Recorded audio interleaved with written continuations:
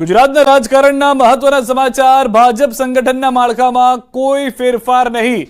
સૂત્રો પાસેથી માહિતી। કમલમમાં મળેલી બેઠકમાં મળ્યા છે સંકેત। સ્થાનિક સ્વરાજની ચૂંટણીઓ પાટીલની આગેવાનીમાં જ લડાશે। તમામ કાર્યકરોને જોશ સાથે કામે લાગવાનું પ્રમુખનું સૂચન।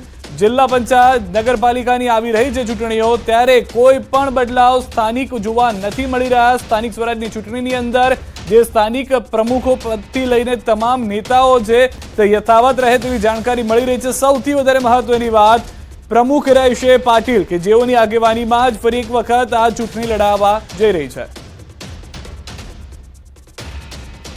ભારતીય જનતા પાર્ટીના પ્રદેશ અધ્યક્ષ અત્યારે હાલ આદરણીય સી આર પાટીલ સાહેબ છે અને સી આર પાટીલ સાહેબની અધ્યક્ષતામાં વ્યૂહરચના ઘડાઈ રહી છે।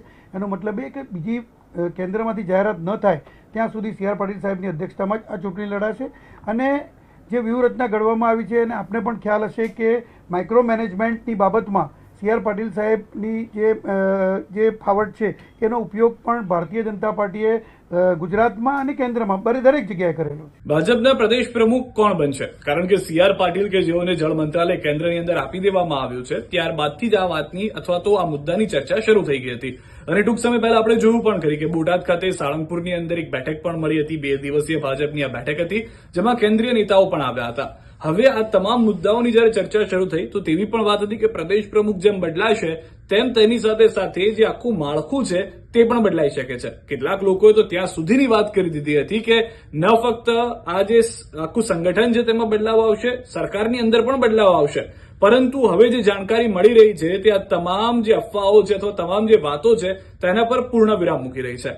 આપ લોકોને ખ્યાલ હશે કે સ્થાનિક સ્વરાજની ચૂંટણી આવી રહી છે અને જ્યારે સ્થાનિક સ્વરાજની ચૂંટણી આવી રહી છે તો ભાજપ કેવી રીતે તેને જીતવા માટેના પ્રયાસ કરશે એ સૌથી મોટો સવાલ હતો। કારણ કે કોંગ્રેસ એના માટે પ્રયાસ કરતી આવી છે, તેના પ્રદેશ પ્રમુખ નક્કી છે, તે બદલાવાના પણ નથી, પરંતુ ભાજપથી આ મોટા સમાચાર આવી રહ્યા છે કે જેમાં ખુદ પ્રદેશના પ્રવક્તા તરફથી એ વાત કરવામાં આવી છે અને કહેવામાં આવ્યું છે કે જે રીતની સી આર પાટીલની આવડત છે, જે તેમનો અનુભવ છે અને જે તેમની સાથે રહેલા લોકો છે એ તમામને કેવી રીતે યુટિલાઇઝ કરવા તે તેમને ખૂબ જ સારી રીતે આવડે છે। તો સ્થાનિક સ્વરાજની ચૂંટણી પૂર્ણ ન થાય ત્યાં સુધી કોઈ બદલાવ ન થાય તેવા મોટા સમાચાર પ્રાપ્ત થઈ રહ્યા છે। તેનો મતલબ સીધો એ છે કે પ્રદેશ પ્રમુખ તરીકે સી આર પાટીલ જ યથાવત રહેશે અને આ વાત ખુદ અમે નહીં, ભાજપ તરફથી કહેવામાં આવી રહી હોવાની જાણકારી છે। એ બાઇટ પણ અમે આપને સંભળાવીશું, પરંતુ અહીંયા એ સ્પષ્ટ કરી દેવામાં આવ્યું છે કે જ્યાં સુધી સ્થાનિક સ્વરાજની ચૂંટણી પૂર્ણ નથી થતી ત્યાં સુધી એક તરફ સી આર પાટીલ કેન્દ્રમાં મંત્રાલય પણ સંભાળતા રહેશે અને સાથે સાથે ગુજરાતની જવાબદારી પણ તેમની પાસે રહી શકે છે। જ્યાં સુધી આ બાઇટમાં એ પણ વાત કરવામાં આવી છે કે ક્યાં સુધી તેઓ રહેશે એ પણ અમે આપને આગળ સમજાવીશું, જે પ્રદેશ પ્રવક્તા તરફથી આપવામાં આવી છે, શું કહ્યું છે તેમણે।